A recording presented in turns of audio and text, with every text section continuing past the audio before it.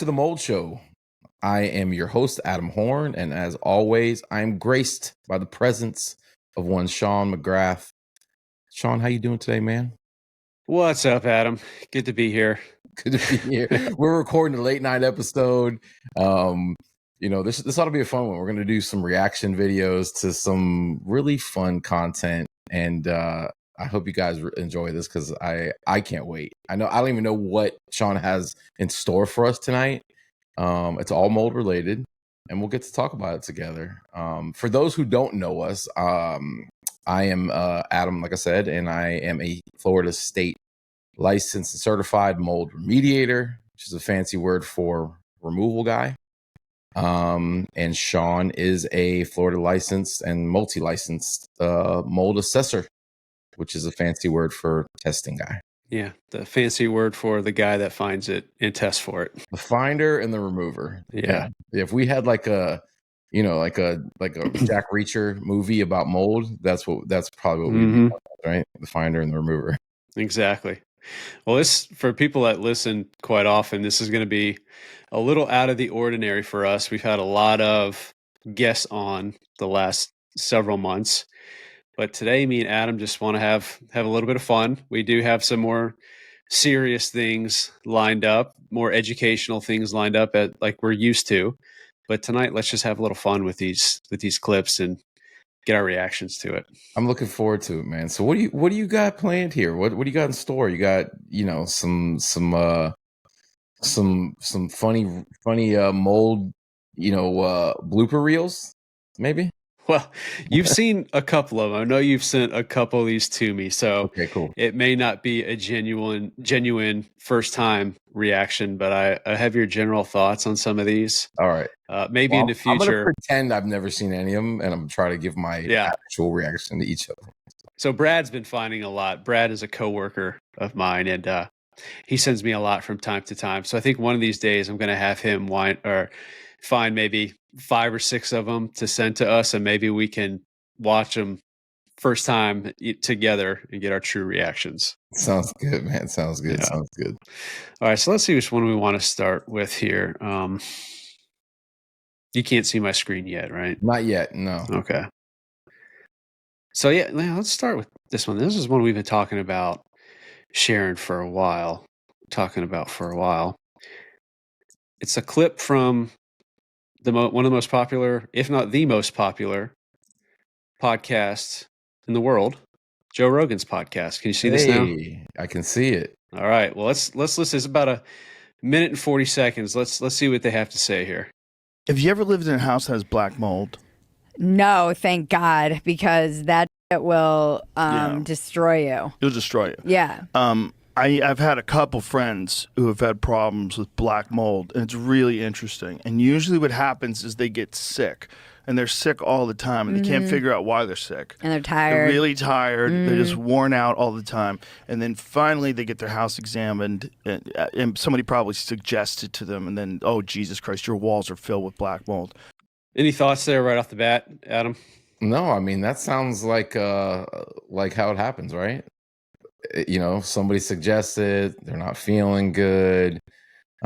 They get somebody out to inspect it, and voila, that they find out they have issues that maybe they weren't aware of. Maybe they've been living it for a long time. Maybe it's a house they just bought.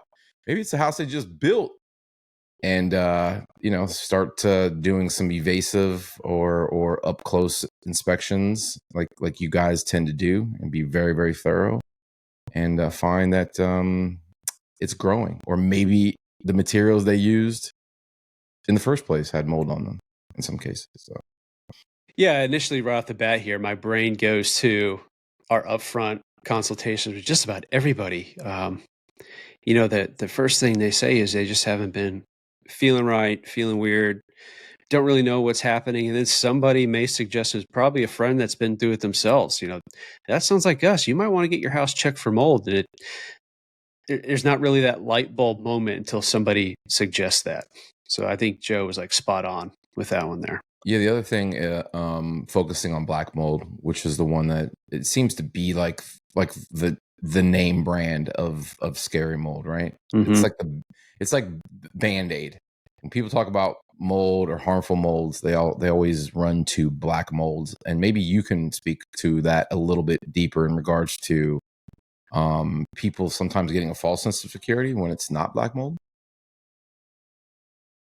Yeah, that's a good point.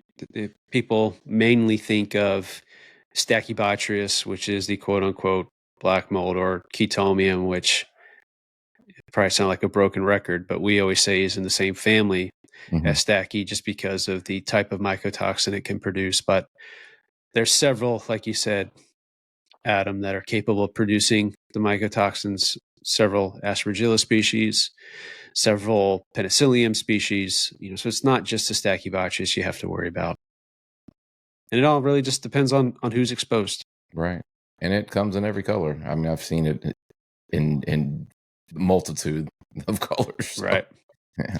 All right, let's keep going here. See what else they've got to say. Uh-oh. All right, here we go. And a lot of times it's like a leaky pipe or something, and there's water in the walls and all the moisture. And in Texas, it gets crazy. They get it bad out here. But when you have that, you have to burn the house down, essentially. You have to like cut out all the walls. Like, it's a very invasive process. Remember that guy, Tom Likas? Do you remember? All right. Can you still see me, Adam? Yeah, I can see you. Okay, yeah, with the full screen, I can't tell. I can see you. Okay, all right, cool. So, I mean, Joe's go a little over the top there with his explanation. I mean, of course, that's one way to handle it, though. That's one way to handle it. Yeah. And I think how most people want to handle it after our results review most of the time. But, not every situation is a blow the house up type situation. No, that's going to the extreme a little bit. That's not to say we haven't had those before, but that's where the value in testing comes into play. Yeah, you don't know. I mean, I would say the vast majority of stuff you see is probably isolated, but it depends on the age of the house and how many exposures to moisture it's had over the years in a lot of cases. And it's no fun. It's no fun for the homeowner. It is extremely evasive. You are ripping out materials typically. And it isn't a pleasant process, that's for sure. And he also mentioned how bad it can be in Texas, which, we know how hot and humid it can be in South Texas. Same with us here in Florida. But like we say all the time, water damage does not discriminate based off of where you live. You still have anywhere you have plumbing in the home, you can have water events and you can have mold. Plumbing or exposures to rain and ice, which really makes most places on this planet, a candidate for it. Right. All right. So you got less than a minute left here, so I'll just play it in its entirety through the rest. For Tom Likas, who's a radio DJ in LA. Yeah. Oh yeah. Yeah. Yep. Yeah. He had.